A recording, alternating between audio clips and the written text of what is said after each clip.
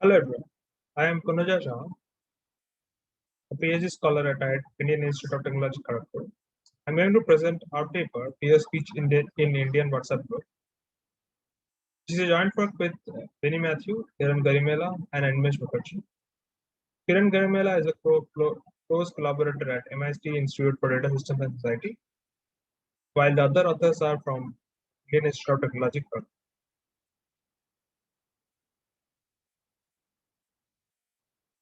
In the recent past, there has been an increasing amount of hate crimes against the minorities in India. Why? There are multitude reasons behind this. The role of social media cannot be denied. There are different claims that WhatsApp is slowly becoming a weapon of antisocial hatred. Further, the recent Delhi riots in India, a WhatsApp group was charged with promoting enmity on religion grounds. WhatsApp as a social media platform is very popular in India. It has around 500 million users as of 2020, and it has slowly become a de facto chief source for messaging.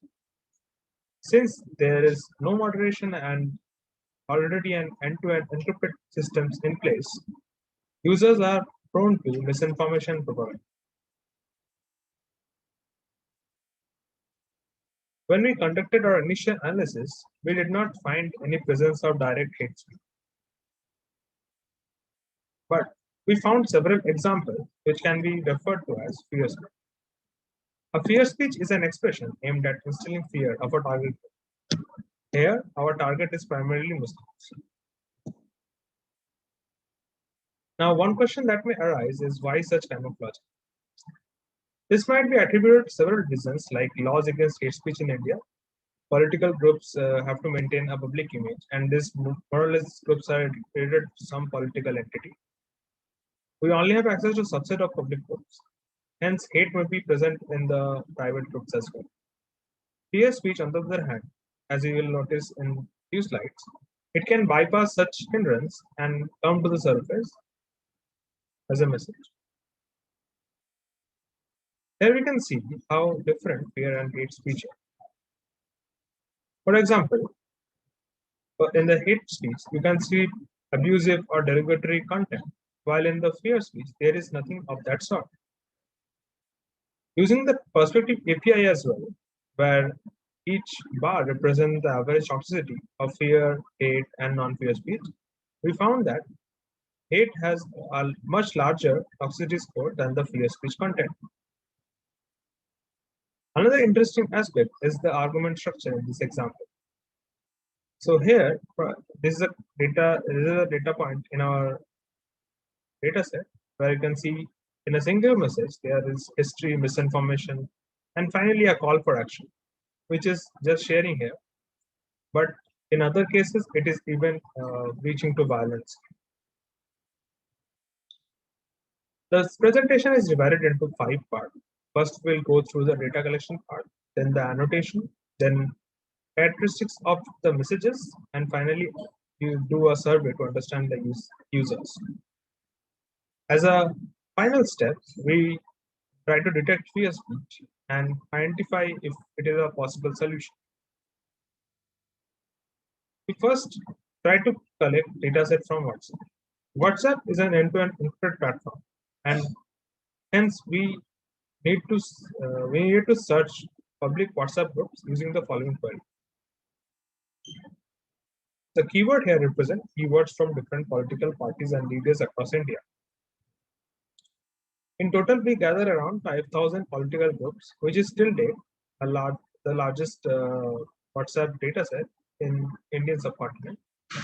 It contains image, videos, and text spanning for around 1 year, from August 2018 to August 2019. We removed spam messages using a lexicon and considered English and Hindi language as they were covering 70% of the dataset. In total, we have around 1.4 million messages from 5,000 groups, as already mentioned. To sample data for annotation, we used a lexicon about Muslim community, which was created using the following method. As you can see, there is a word-to-vec model, which is used to get similar words, and then they are again manually selected and finally we again add them to the new lexicon. This process continues until we get enough words in our lexicon set. The second step is about annotating the free speech data. To do this, and since this is the first task of free speech, we had to be very careful about that. So we set a detailed annotation guideline with flowcharts and different examples, like free speech by using examples of past events, by referring to present events, etc. The initial annotation of 500 posts was done by the expert annotators, who are the PhD scholars there. The students voluntarily participated using an online form and were compensated for the task. The training of the annotators was done in 2 rounds of 40 posts each. The main annotation was done on a Token annotation platform, which is an open source annotation platform, and each student was provided with a secure account. The batch size was gradually increased as the students become more and more experts in annotating them. Finally, we planned regular breaks and error analysis to help the students do the annotation. In total, we annotated around 5,000 unique posts with fleece kappa of 0.36 inter-annotated aggregate. From this, 1,000 belong to fear and around 3,600 belong to non-fear speech. One of the interesting aspects of this message was the length. We observed that, and in average, fear speech has around 500 words length, and non-fear speech was around 464.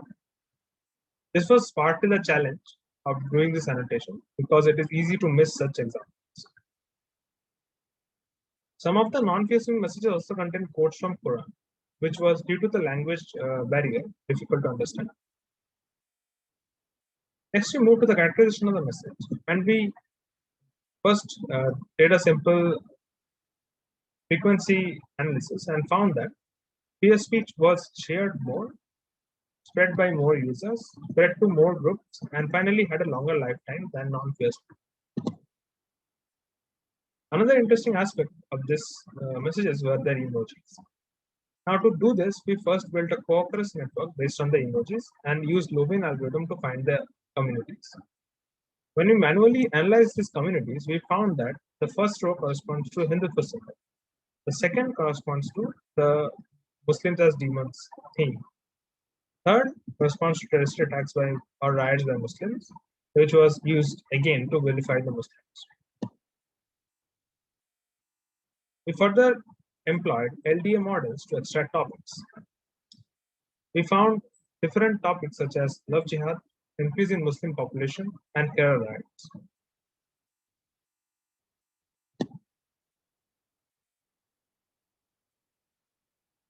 In order to understand the users, which was partly not possible in the WhatsApp groups itself because it was difficult to assign dialogues to different dialogue chains. Hence, we used a Facebook ad in the form of a survey, target these users and understand their perception. These target users posting fear speech messages, users present in groups sharing fear speech messages, and finally users present in groups not sharing fear speech messages. We further consider two types of statements, which are both one taken from fear and one taken from non-fear speech. In total, we had around 8 statements. And with each statement, we asked the narrators or the participants about their belief and propensity to share that particular statement. We found that users in UPFG group and UFSG groups, which are short form for users posting in fear speech groups and user present in fear speech group, had more likely to live in fear speech, and similar users were more likely to share in fear speech as well. The higher percentage of users present in fear speech groups to share these messages was very concerning. As a final step, we did try to do automation of fear speech. And we employ a variety of measures starting from logic regressions to SVM and finally the recent transformer-based models, which were known to do good performance across several tasks. We found that while the macro F1 score was quite high, the precision of these models was around 0.5, which is in more or less a random case. Due to this, these models cannot be deployed in order to detect fear speech at scale. In this paper, we try to understand this curious phenomena of fear speech in Indian WhatsApp groups. In order to moderate such content, we need a cross-disciplinary dialogue among policy, media, and technology, and have possible joint activities like educating the users to moderate content, laying out tangible policies of moderation, improving existing technologies to implement such policies. This paper has one of the first datasets about fear speech in India, which is also co-located with the 2019 elections. We identified topics and emojis which indicate the different ways to vilify Muslims. State-of-the-art detection model failed to identify fear speech with high precision, and our survey further identifies anti-Muslim attitudes of the users present in fear speech group. The dataset and code are shared along with the paper. Thank you from all of us, and we are looking forward to the question answering session.